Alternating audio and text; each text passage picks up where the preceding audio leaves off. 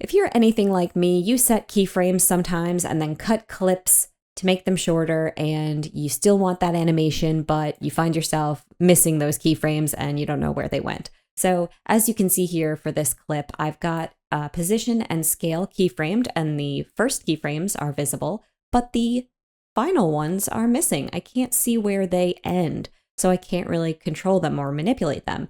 And my old school way of working would be to go to my clip and move the duration so that I can see the end of it, and then I can see those keyframes, and then I'd move them into view.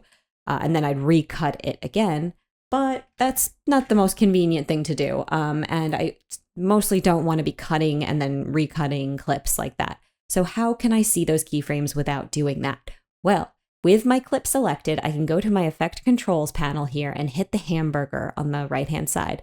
If I hit that, and then go to this option called Pin to Clip, you'll see it's selected because right now my timeline is pinned to my clip. But if I click it again, it will unselect it, and now I will have access to the entire timeline, not just that of the clip.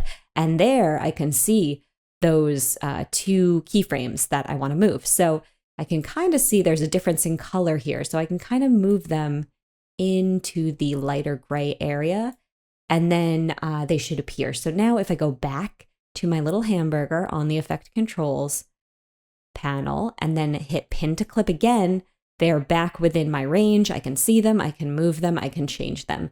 So that's much better. I didn't have to cut and uncut my clip, and now I have my missing keyframes. So I hope this helped you guys. I actually like to keep Pin to Clip on mostly, but sometimes it's good to know that you can turn it off when you need to. So if you found this helpful, check out my playlist in Premiere with more like this, and thank you for watching.